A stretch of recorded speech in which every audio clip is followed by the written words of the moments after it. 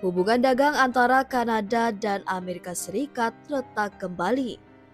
Presiden Donald Trump memberlakukan tarif tinggi, memukul ekspor Kanada yang sangat bergantung pada pasar AS.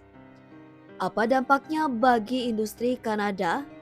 Dan apakah ini berarti akhir dari kerjasama ekonomi kedua negara yang sudah puluhan tahun terjalin?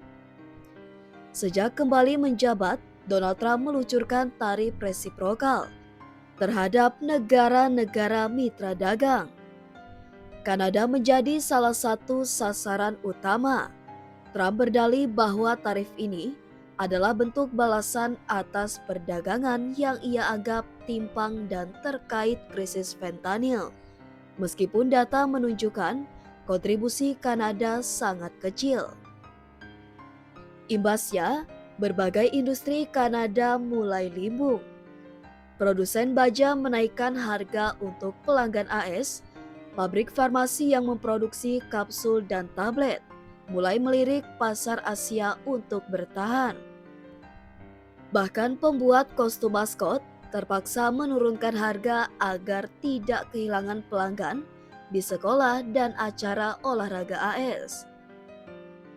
Ini menunjukkan dampak yang sangat luas, dari industri berat sampai bisnis kreatif. Sebanyak 75% ekspor Kanada bergantung pada pasar AS. Dari sektor manufaktur saja, 42% produksi dikirim ke AS, dan 41% tenaga kerja bergantung pada kelanjutan perdagangan ini.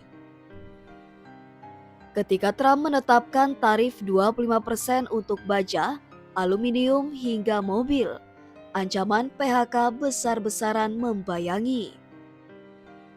Perdana Menteri Kanada Mark Carney menyatakan hubungan dagang lama dengan AS telah berakhir. Ia akan bertemu Trump di Gedung Putih, tapi skeptis bahwa kerjasama bisa kembali stabil.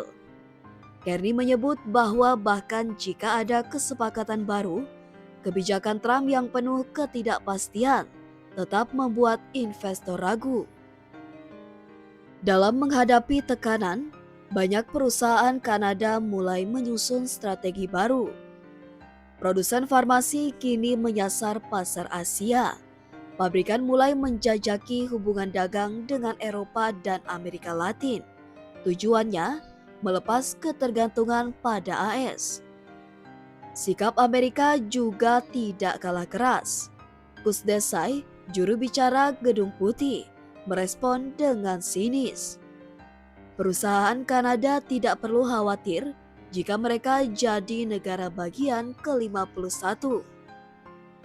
Pernyataan itu dianggap menghina kedaulatan Kanada dan memperkeruh suasana.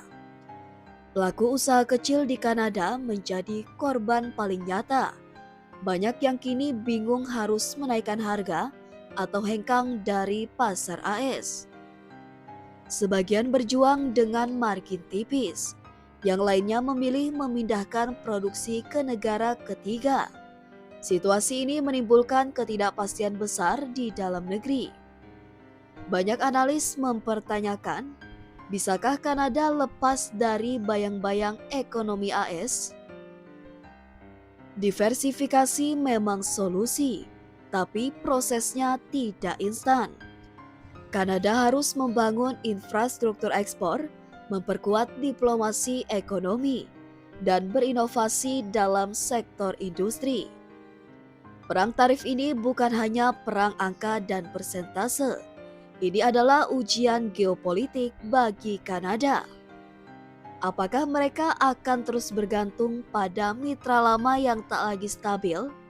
Atau muncul sebagai kekuatan ekonomi yang lebih mandiri dan beragam?